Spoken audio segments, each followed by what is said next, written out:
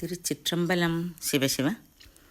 அன்பு தோழமைகளே, கடந்த பதிவில் அற்புத திருவந்தாதியின் பாடல் 47 முக்தி திருவை அடைவதும் அவன் திருவருளாலேயே என வலியுறுத்திய காரைக்கால் அம்மையார் இன்று நாம் சிந்திக்க உள்ள அற்புத திருவந்தாதியின் பாடல் 48 மீண்டும் தன் கற்பனை வளத்தையும் நகைச்சுவை உணர்வையும் காட்ட உள்ளார்.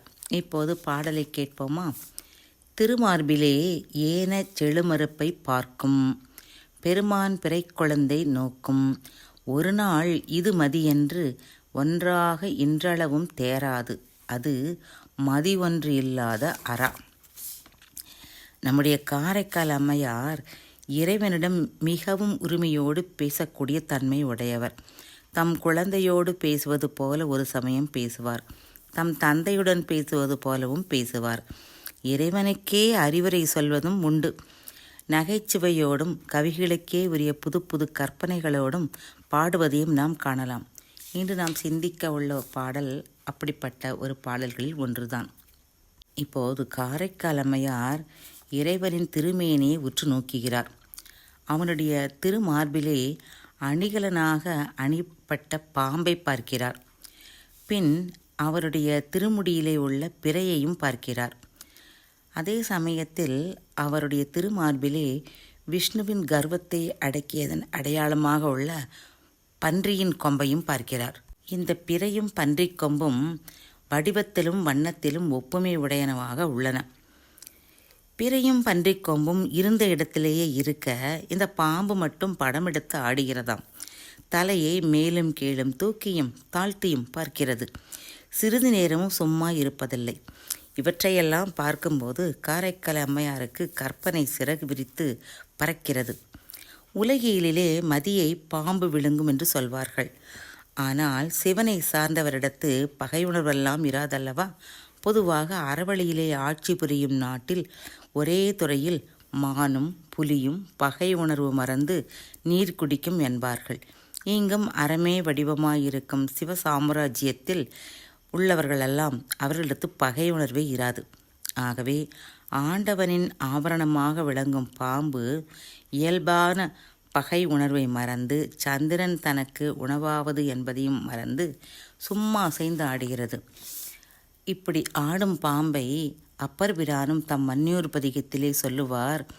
சுடர்மதி முளைக்கும் மூரல் கதிர் கண்டு நாகம் நாவளைக்கும் வார்ச்சடையார் வன்னியூராரே என்பார். அதாவது பிறைச்சந்திரனை விளங்குவதற்கு இந்த பாம்பானது பெரு விருப்பம் கொண்டு நாக்கை சுழற்றி சுழற்றி சந்தோஷமாக இருக்கிறதாம். இப்போது காரைக்கால் அம்மையார் பார்க்கக்கூடிய பாம்பு எப்படிப்பட்ட பாம்பாம்? அது மதி, அதாவது அறிவு இல்லாத பாம்பாம். ஏன்னா இறைவனின் திருமுடியையும் அதே சமயத்திலே திருமார்பையும் இந்த பாம்பு பார்க்கிறதாம். மார்பிலே உள்ள ஏனத்தின் கொம்பும் வெண்மையாய் பார்க்க பிறைச்சந்திரனைப் போல இருப்பதால் அதற்கு ஒரு மயக்க உணர்வு.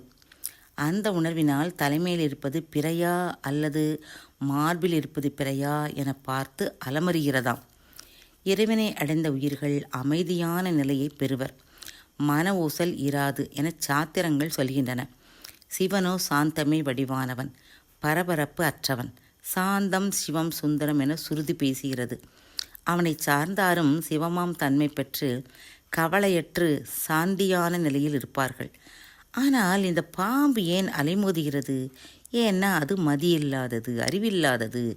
இந்த பாம்பாட்டியானவன் தன் விரல்களை மடக்கி ஆட்டி காட்டும்போது அதுவும் ஒரு பாம்பு என எண்ணிக்கொண்டு அவனுடைய பாம்பு ஆடுமல்லவா? அந்த புத்தி தானே சிவனார் மார்பிலே தவிடும் பாம்புக்கும் இருக்கும்.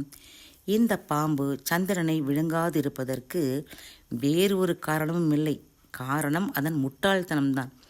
சந்திரனும் பன்றிக் கொம்பும் ஏறத்தாழ ஒரே மாதிரி ஒரே வண்ணத்தில் இருப்பதால் அந்த பாம்புக்கு எது சந்திரன் என இன்றளவும் தீர்மானம் பண்ண இயலவில்லை.